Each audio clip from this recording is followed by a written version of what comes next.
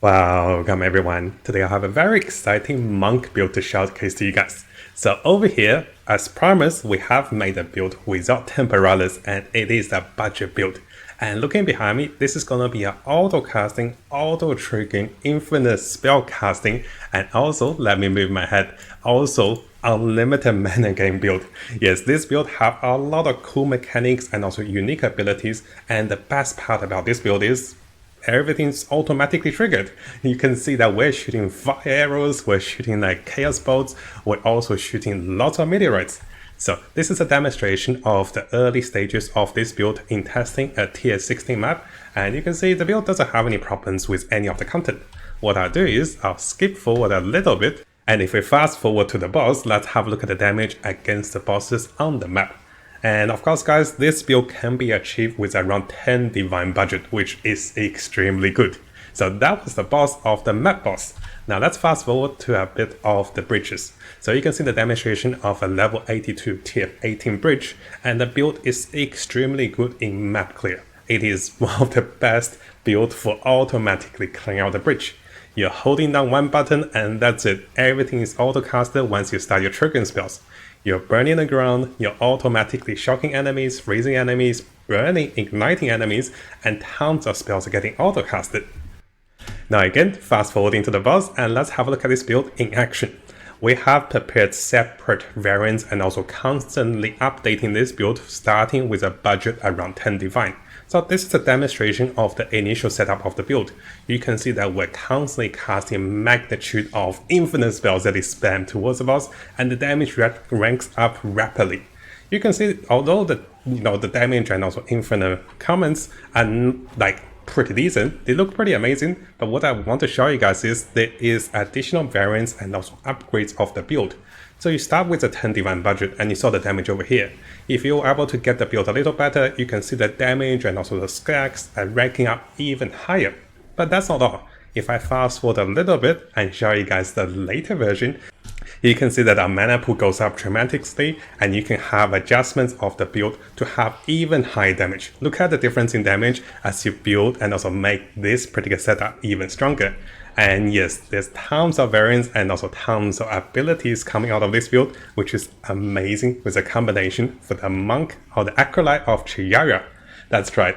This is gonna be a build that will be using one of the less popular monks out of the two, and this is still wonderfully powerful. Now, similar to all the builds guide, all the items, the gears, and also the stats will be available for you guys to have a look. I would like to say a big shout out and also thank you for my friend Helleios, who, as we planned and also as we discussed, we want to make a build for you guys without using temporalis and with some really budgety items. So all the item that is collected over here is around 10 divine, give it or take, depending on the market, and you can get those items for even cheaper. You can see that we're not using massively expensive items, and also all the gems we try to keep it to 4 sockets if possible. It is optional to go with 5 sockets, but having 4 sockets for most of the gems is available and it's working perfectly. You can also see the choices of the skills and also passives. The most expensive Darkness Jewel is costing around 1 to divine, and you can get that one even cheaper if you sacrifice a bit of damage. So everything over here is available and also budgeted for you guys to start the build and also enjoy this wonderful combination. Now if you look behind me, I have prepared tons of notes to explain the core concept of this build and how are we getting unlimited mana by coming over recovering mana with invoking spells. And here we have tons of more notes to explain each of the trigger spells, how to get energy, and also how everything works. I even have additional tips and also guides for you guys to go each of the steps. How much maximum spirit you need and how much more spirit and what that can enable you with a priority of spirit management. And also we'll look into what are the gears and also what are the items that can give you even higher spirit and what are the ways of making the build stronger or going with a different budget variant. So coming over to a builder's guide. If you have seen our previous build, my friend Helleios has made an amazing monk build with Invoker. Definitely check that out. You also have over 600% magic find. But during that build, a lot of feedbacks were saying the temporalis chest was too expensive. It took my friend ages and also testing with a lot of classes, and he also wanted to make the monk or the acolyte of Chayula work. So here, let's briefly go through this build and also the core mechanics. You can see that we're using 2 unique items. The Secret Flame will give us extra fire damage and also additional fire damage, which is really good. Over here, we're using this unique helmet, and this allows us to use 2 copies of supporting gems in different skills, which allows us to run multiple supporting gems. And here we're using a lot of budget items with item availability and also the gear stats tailored towards your budget.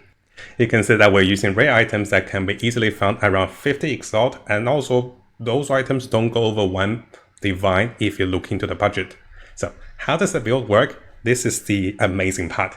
Over here we have multiple trigger spells. The first trigger spell will be auto casting Comet, and this is the highest damage trigger spell to allow us to use this one for damage with cast on Ignite. So how are we igniting enemies? We can be using Flame ability to start the initial Ignite, and then as we ignite, as we debuff enemy with cold, lightning and also fire damage, we'll be applying shock, ignite and also freeze. This will gain additional energy for this trigger spell with elemental invocation. I guess this is the casting spell. And as you invoke more spells, you'll be additional casting more fire Fel's Blade, and here you'll be able to gain additional energy. One of the most amazing combination for this build is that we're resetting the ignite onto enemies. By resetting ignite onto enemies, we're constantly burning them coming from the burning ground that is available with burning inscription. So we're making the ground burning, we're constantly burning enemies. As they get ignited, they will then recharge all the cast on Ignite. The other 2 casts on Ignite is here using the combination of Essence Draw and also Draw element. So here, Essence Draw, when it hits enemies, you'll deal chaos damage. Drawing element will take away the ignite on enemies and resetting the ignite, and then we'll be igniting them again because they're standing on the burning ground. And we're casting like 10 or 20 draw essence together with drain elements, so we're igniting enemies like 10 or 20 times every second as they stand on the burning ground. And this gives us tons of energy for the trigger spells to be constantly igniting, reigniting, resetting ignite to gain tons of energy to auto cast all the Comets. So if we come over to the demonstration, you can see over here that we're constantly having burning ground and constantly shooting out chaos projectiles that resets ignite, which auto triggers a lot of infinite spells because this amazing combination, which is super creative. So as enemies stand on the burning ground, they're constantly getting ignited, but we're resetting the ignite. As they get reset on the ignite, we get tons of trigger spell energy, and this infinite loops for tons of more damage and also tons of more trigger spell energy again. So this is amazing.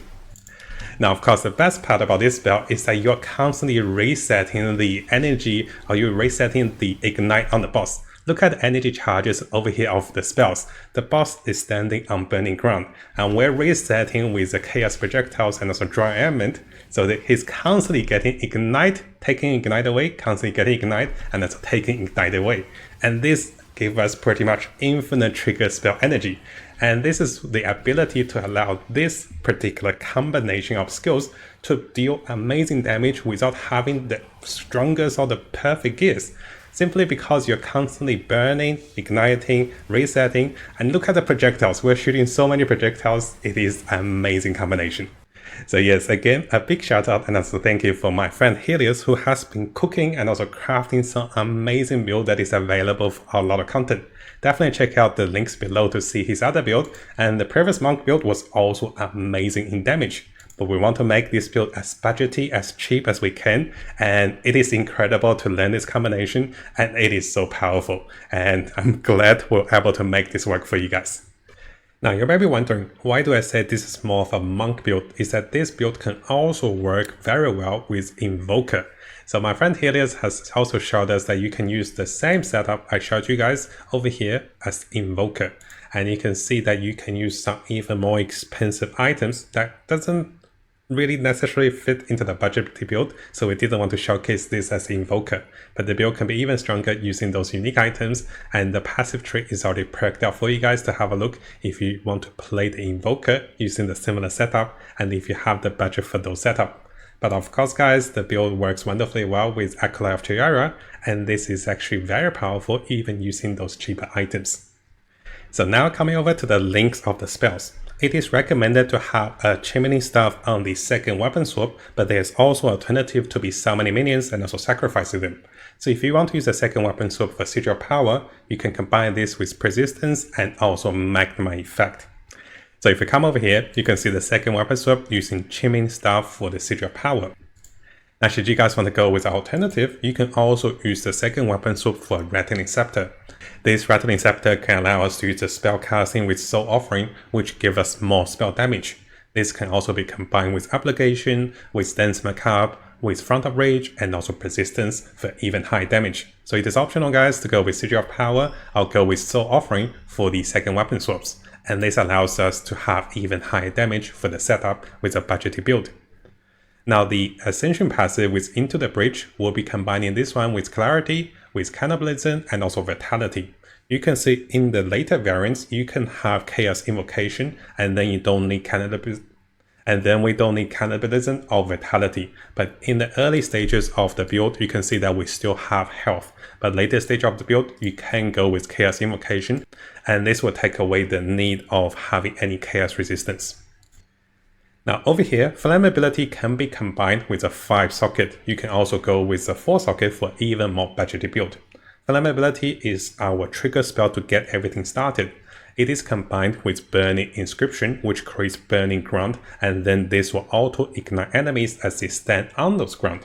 This is combined with Impending Doom for more chaos damage, together with Spells Cascade for more multiple areas, and also with Swearing Flame and also Curse Ground for instant casting. We can take away one of those gems. Curse Ground will help us with removing the delays, but if you're okay with the delay, taking away Curse Ground for only 4 socket can work definitely. Having Swearing Flame means we have more magnitude of Ignite, and this means we get more energy onto Ignite for trigger spells. Over here, Elemental Invocation is here to gain additional invocation powers as we shock, ignite, and also deal cold damage to freeze enemies, and we have all the ways to do that. So briefly coming over to the weapons, these weapons have extra damage as lightning damage, which allows us to shock enemies. This is combined with Emberfell's Blade to be auto-casted, with Caterpillar and also Energy Retention. Emberfell's Blade actually costs really low energy to be casting, and this can allow us to even deal more fire damage to ignite enemies to give us more energy over here. Now during this time, I do want to mention that we're holding down the button for Elemental Invocation. And one of the ways we have Elemental Invocation, if we're briefly jumping over to the nodes and also the passives, is because of this amazing passive. We're recovering 3% of mana when we invoke a spell. Trigger spell deals even higher spell damage. So here when we're invoking spells, we're getting 3% mana. And because of the new combination, we're constantly invoking so many spells as we ignite enemies, you're getting unlimited mana recovery because of this. So this again is an amazing combination, and coming from my friend Helleios, it is very cool to learn this setup. So the first cast on Ignite is here for damage. It is combined with the highest level of Comet, preferably corrupted for +1 level. You don't need this one to be 6 linked. You can just corrupt this one yourself and valve up this one to level 20 or level 19 with +1 level. This is combined with Spell Echo, with Concentrated Effect and also Impetus for the highest damage coming from Comets. The second and also third cast on Ignite is here to give us even higher trigger spell reset and also energy. If you don't have enough spirit, having the first cast on Ignite is fine. If you have enough spirit, as you're going to see in the later part about the choices of how much you want to manage your spirit, you can have the second cast on Ignite. Those are combined with Essence Draw, with Strong Elements, which constantly reset the Ignite, and together with Scatter Shot and also Pierce. The second cast on Ignite is combined with Strong Essence, Draw Element, and also Scatter Shot, but this time we have Chain over here for additional variant. Those two will give us infinite reset and also tons of more Ignite, together with giving us more energy, and also more spell casting.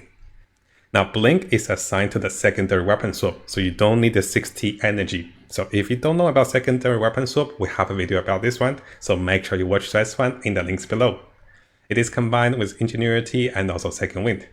If you do have additional spirit, you can go with Active Armor, but it is the end of the priority just because it helps a little bit, but it's not a major factor. So if you don't have enough spirit, you can take away this as well.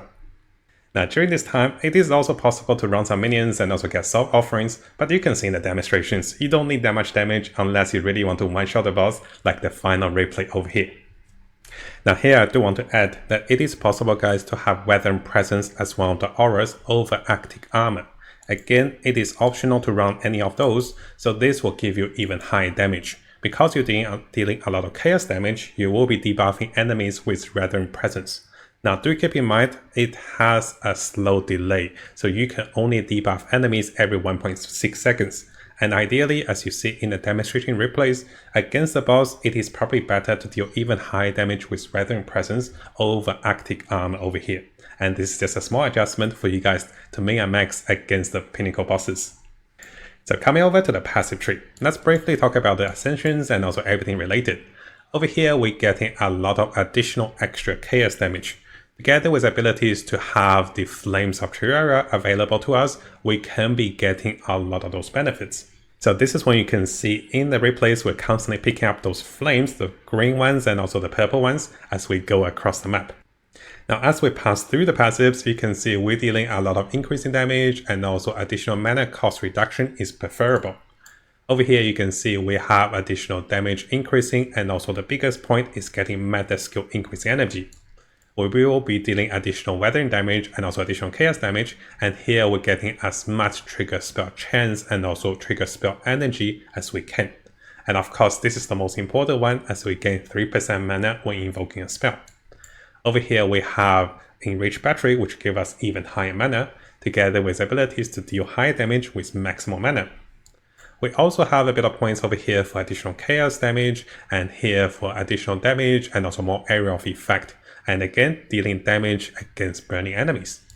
We will be protecting ourselves with Mind Over Matter, and because we're getting so much energy coming out of this particular perk with unlimited mana gain, so this allows us to be super sustainable with a budget build with Mind Over Matter, with tons of mana sustain. We have additional spell chance, spell area effect, and also additional area effect over here. Now over here, you can see this is highlighted over here so that we can put a Darkness Jewel. This is also can be anointed over here with more reduction with cost of spells. So we have more intelligence, we have more critical chance, even more stats, and also tons of attributes over here. Now, do keep in mind, this is a great passive, but this minus our chaos resistance. So in the early version of the build, it is possible to have negative chaos resistance. It is not a big deal, because we don't think we're taking that much damage from chaos resistance, and because it is mostly damage over time, and the protection coming from the mana gain and also Mind Over Matter is enough even if you have almost no chaos resistance. In the future, should you have enough energy shield, you can come over to Chaos Invocation to have back to 1 life but having immunity to chaos damage. Now, should you want to protect yourself against chaos damage, you can stack some chaos resistance, and then you don't need those 2 perks. Those 2 perks are not really working as intentionally because you have to be attacking enemies to leech mana, so we're not really getting mana from leeching. One of the reasons you can get more chaos resistance, but we didn't take this, is that currently the budget build is sitting on negative chaos resistance. And because of the negative 13 chaos resist, if you get double chaos resist, you actually get even lower chaos resist. But if you guys have anything that is positive chaos resist, you can take the alternative, take away those 2 points, and also coming over here for even more chaos resist, which can be doubled, which allows you to be capping your chaos resist with around 30 or 40 chaos resist, and then doubling this for more effect for 75% chaos resist. But once you have enough mana and also defensiveness, you can then come over to Chaos Invocation. And this will of course take away the chaos damage out of us. So to explain this a little better, I'll make a second variant to show you guys what happens when you have enough chaos resist. You can go for this. And once you have the Chaos Invocation, you can see the other variants available in the links below. Now briefly going over to the skill passives. So firstly, you can see it's against the Darkness Jewel. This jewel has been selected to give us increasing maximum mana. Preferably, you want 2% increase maximum mana if you can, and also gaining additional extra damage as chaos damage. But you can see, in order to keep the build budget, my friend got a 1% increase maximum mana and a 4% increase damage as chaos. I think he bought this one for 1 divine. The market price is about 1 to 2 divine. You can even try to bargain this one a little bit. So preferably, you want 2% maximum mana, but sticking to the budget build, we only got 1% over here. And you can see the anointed perk over here. So briefly going over to the choice of the rest of the rare juice, you can see that we're getting additional area of effect, additional meta skill gain, increasing energy is very important, and also increasing magnitude of ignite, which means we'll be dealing higher damage by gaining more energy as we ignite enemies. So very similar over here, you can see meta skill energy increase, area of effect, again magnitude of ignite. Those are not going to be the most popular effects, which allows you to be buying them for a little cheaper. So you can see area of effect, meta skill gain energy, and also magnitude of ignite. A lot of builds don't use those setup to make this one even cheaper. You can also gain percentage of mana kill or percentage of mana gain on kill if you want even higher mana for both defensiveness, also more auto casting. So you can see recover 2% mana on kill, increasing area of effect, and also magnitude of ignite we inflict can be preferable over here. But we're gaining so much mana already, right? Which is really, really good. Now coming over to the choices of the gears and also important affixes. So all the gears were purchased in less than 1 divine. I think only 1 or 2 pieces of the gears was costing more than 1 divine, but everything together, you can get this build pretty much ready within about 10 divines. Give it or take. If you want a little better stats, maybe 15 divine. If you want lower stats, you can get it under 10 divine. So for the one over here, you want plus rank to cold spells, so your cannon deals higher damage. You want additional cold damage, but ideally you want extra lightning damage so you can be shocking enemies for more elemental invocation energy. Together with maximum mana, casting speed, intelligence, it is preferable. It is okay even if you don't have plus 4. You can have plus 3 over here if you want to go with a budget setup. Now in terms of the helmet, this helmet should be rather cheap because not a lot of build uses this helmet. You do want to see if you can get this one corrupted with additional spirit bonus. So you can see this helmet is corrupted to give us additional 28% spirit. Most of the sockets over here will either give us more energy shield or more maximum mana by 2%.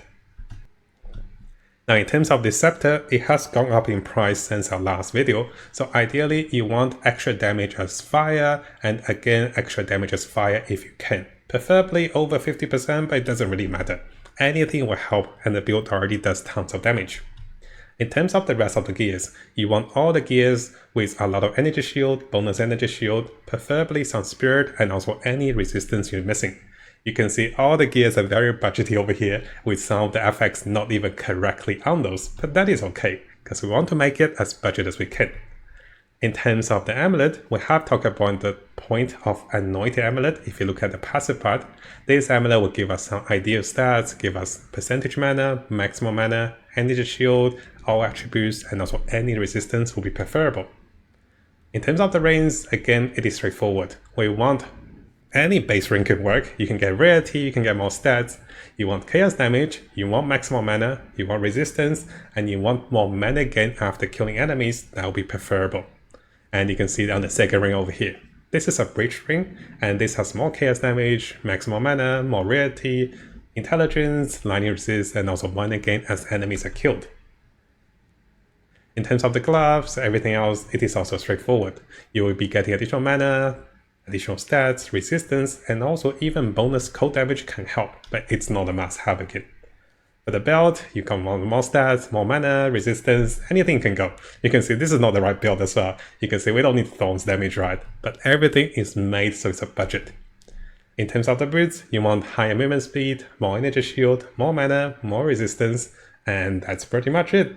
You also can get additional percentage of mana over here as well, and this can be allow you to be socketing for even higher percentage of mana. So overall, the goal of this build is to make it cheap yet really powerful with a combination of the spells. You can upgrade this build with a lot of good items like Ingenuity build. You can get better stats on your rare items, better skill ranks, even getting the Melting Maelstrom will help you a lot. But there's no need to do that. We want to showcase that there's no need to do that. But what I do is, in case you guys want to expand the build and also dealing even higher damage, I will add it as a variant for you guys to show you what can be done if you have more budget to make this build even stronger. At the same time, you can be running your charms against Frozen or against Stunned, whichever one you prefer. And if you're running Chaos Invocation, you don't need the mana potion because you will have 1 life.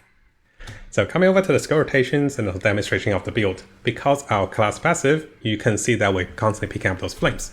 So right at the start of the fight, you just have to cast your curse once on the ground, and this auto triggers tons of burning ground. And by triggering tons of burning ground, the rest thing you have to do is hold down your elemental invocation, and that's it. Everything will be auto casted. And all you have to do is just move around and let things die. You'll be casting so many auto trigger spells, and you're constantly gaining so much mana. And this makes mapping rather enjoyable. Now, the downside of this build is a bit of mobility, simply because you don't have Temporalis, you don't have the best movement speed boots, currently using 25% movement speed boots, but you can still use the second weapon swap to blink twice, then swap back over to your weapons. So the build has pretty much everything you want for a budget build. Tons of damage, survivability, and also amazing auto castings, which saves you tons of time. So again, you can see against the bosses, they get melted within seconds. Now if we fast forward to the bridge, you can see the build is extremely good in the bridge. The moment enemies are spawned, they're getting one-shotted, and the auto trigger spell is just amazing. And of course, against the boss, you can see a variety of different setup. The initial setup does have the most budget, but you can see it still deals tremendous damage against the boss. Because we're constantly stacking so much debuff on the boss, the damage actually ranks up slowly. And as you deal more damage, you deal even higher damage. And what I want to show you guys is, as you get stronger with better gears, you can see that you can kill the boss even faster.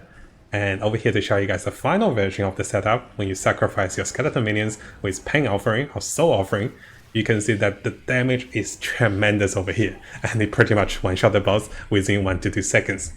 But do keep in mind, you are losing a lot of mana. This is when using Melting Maelstrom can help you a lot to gain tons of more mana for survivability and also even higher damage, which will be a little more expensive, around 10 to 12 divine, using that unique mana potion.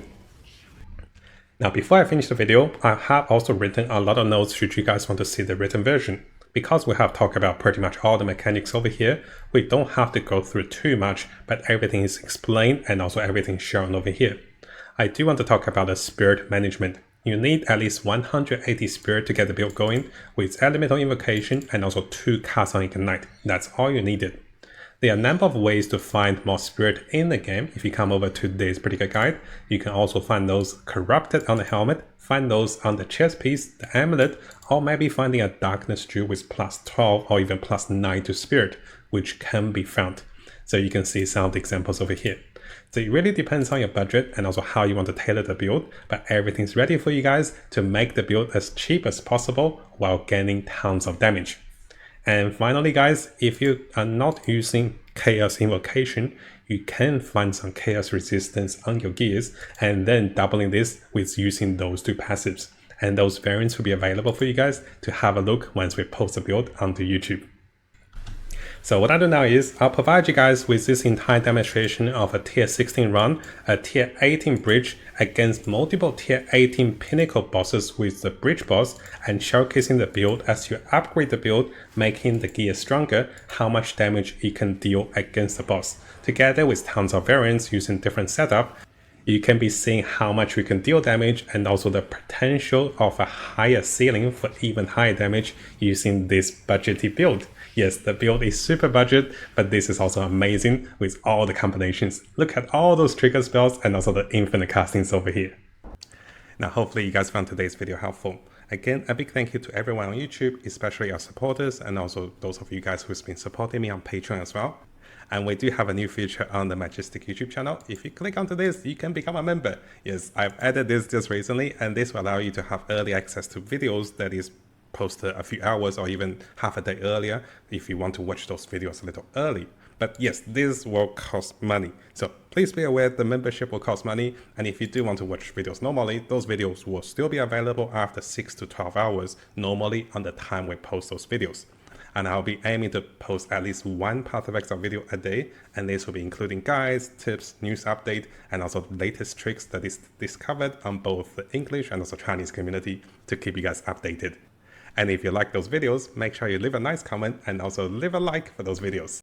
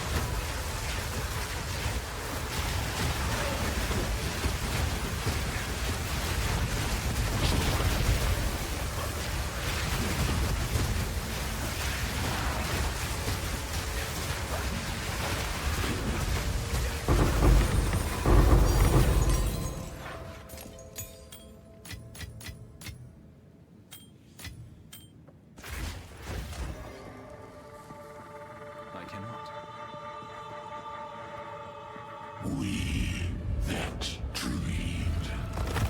We in nightmare. We that are one. Fate lies true. She of stolen cruelty.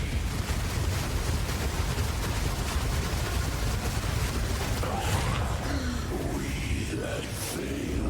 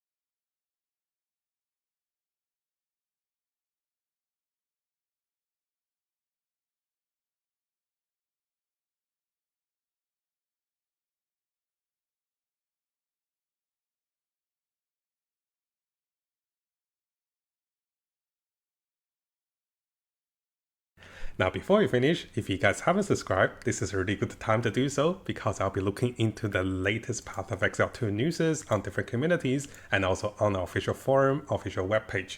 I'll also be looking into the best build for each of the class as the meta develops with the Chinese and also the English community. So stay tuned for the latest update and also guides for Path of Exile 2. And of course, this is going to be a big month for us.